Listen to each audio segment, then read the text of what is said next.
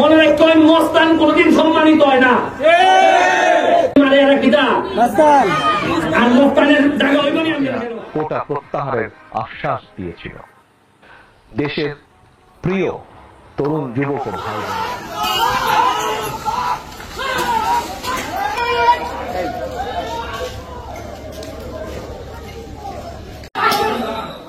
আসসালামু আলাইকুম দর্শক, দেশ ও দেশের বাইরে থেকে যারা এই মুহূর্তে ভিডিওটি ওপেন করেছেন সবাইকে অসংখ্য অসংখ্য ধন্যবাদ। দর্শক, প্রথমেই শিরোনাম দেখেছেন, এখন শুনবেন বিস্তারিত। শিরোনামের প্রথম অংশেই ব্যারিস্টার সুমন সেই হুমকিদাতার গ্রেপ্তার নিয়ে যে কথা বলেছেন তা আপনারা বিস্তারিত শুনতে পারবেন। এবং এদিকে বিএনপির তারেক রহমান উনি বলেছেন যে বাংলাদেশে কোটা আন্দোলন একটা নাটক সৃষ্টি করেছেন সরকার। এদিকে কোটা আন্দোলনে পুলিশ এবং জনগণ এবং ছাত্ররা যে বিরোধ সৃষ্টি হয়েছে তা খুব একটা কঠিন আকার ধারণ করতে যাচ্ছে। দর্শক, আজকের এই মূল দৃশ্য যে বাংলাদেশের প্রেক্ষাপটে যে ঘটনাগুলো ঘটছে, এই ব্যারিস্টার সুমন বলেন, কোটা নিয়ে বলেন, এগুলো আসলে কতটুকু যৌক্তিক বাংলাদেশে? যে ব্যারিস্টার সুমনকে হামলা করা যে ব্যক্তি হুমকি দিয়েছিল সেটা আদৌ কি আসলে কতটুকু সত্য যা জানতে পারবেন আপনারা। চলুন আমরা কিছু তথ্য জেনে।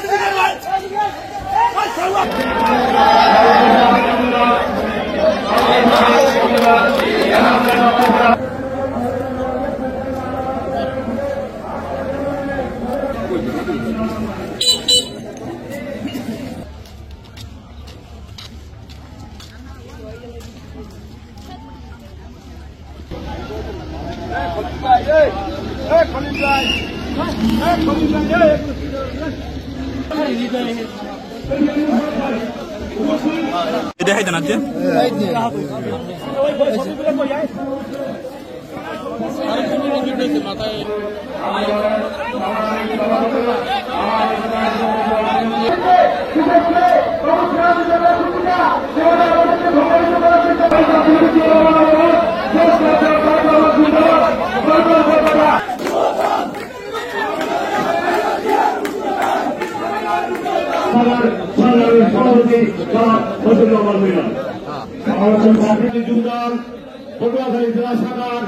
সংগ্রামী সভাপতি জনাব আমাদের জাতীয়তাবাদী মহিলা দল পটুয়াখালী জেলা শাখার সংগ্রামী সাধারণ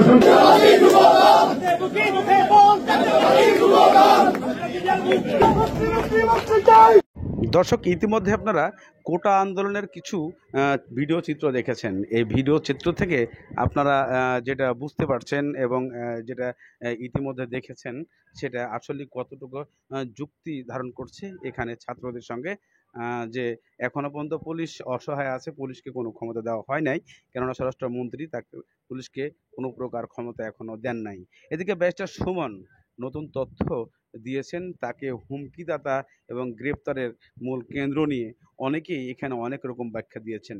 তাহলে ব্যারিস্টার সুমন কি ব্যাখ্যা দিচ্ছেন আপনাদের জানতে হবে। এই ব্যাখ্যাটা আসলে কোথায় দিয়েছেন? তার গ্রামে এবং তার এলাকায় এই ব্যাখ্যাটা দিয়েছেন যে সে যত বড় ক্ষমতাশালী হোক না কেন, আইনের ঊর্ধ্বে কেউ নাই, তাই আইনকে দিয়েই তাদেরকে শাস্তি করা এটাই নিয়ম। কিন্তু আইন দিয়েই শাস্তি করার নিয়ম, তাহলে এতটা সময় কেন ব্যয় করতে হয়েছে পুলিশকে, তা আমরা এখনও জানতে পারি নাই। চলুন আমরা ব্যারিস্টার সুমনের সেই তথ্যটি এবং সেই ভাষণটি শুনে আসি, তাহলে বুঝতে পারবো মূল ইতিহাস। মনে রাখতে মস্তান কোনদিন সম্মানিত হয় না। আর মস্তানের জায়গা ওই মানে আমি গেল যে হোক, এটা ভদ্রলোকের এলাকা। আপনারা বুঝলেন কেন 360 জন আউলিয়ার 120 জন দাবি করা হয় কেন আসল এই মুরারগঞ্জ মাজারে এত আউলিয়ার জায়গা। আপনারা এই কনস্টিটিউয়েন্সিতে তিনজন সৈয়দরা আপনারা নির্বাচিত করছেন।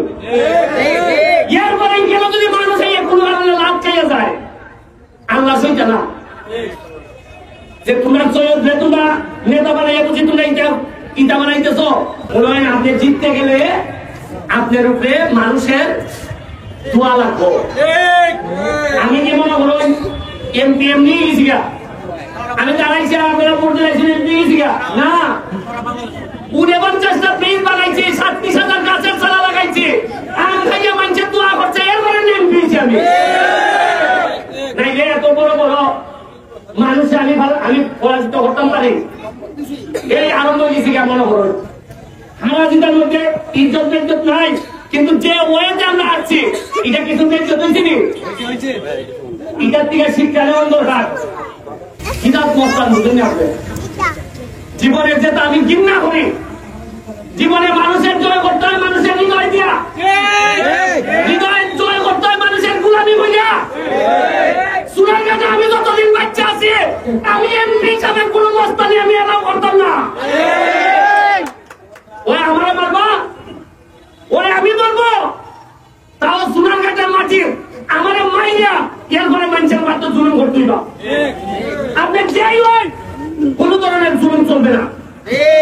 আমি আমার বক্তব্য অবশ্যই ওসি সাহেব শুনতেছে, আমার বক্তব্য এসপি সাহেব শুনতেছে।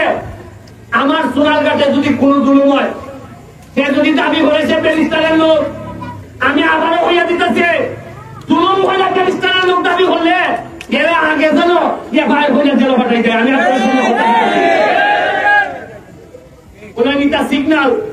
সিগন্যাল না বুঝলে মাই খাইবা।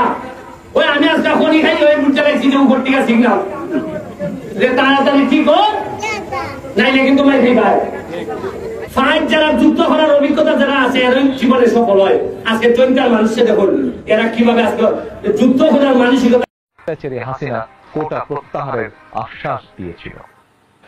দেশের প্রিয় তরুণ যুবক ও ভাই বোনেরা, আপনাদের অনেকেরই মনে আছে 2018 সালে কোটা বিরোধী আন্দোলনের সময় স্বৈরাচারী হাসিনা কোটা প্রত্যাহারের আশ্বাস দিয়েছিল।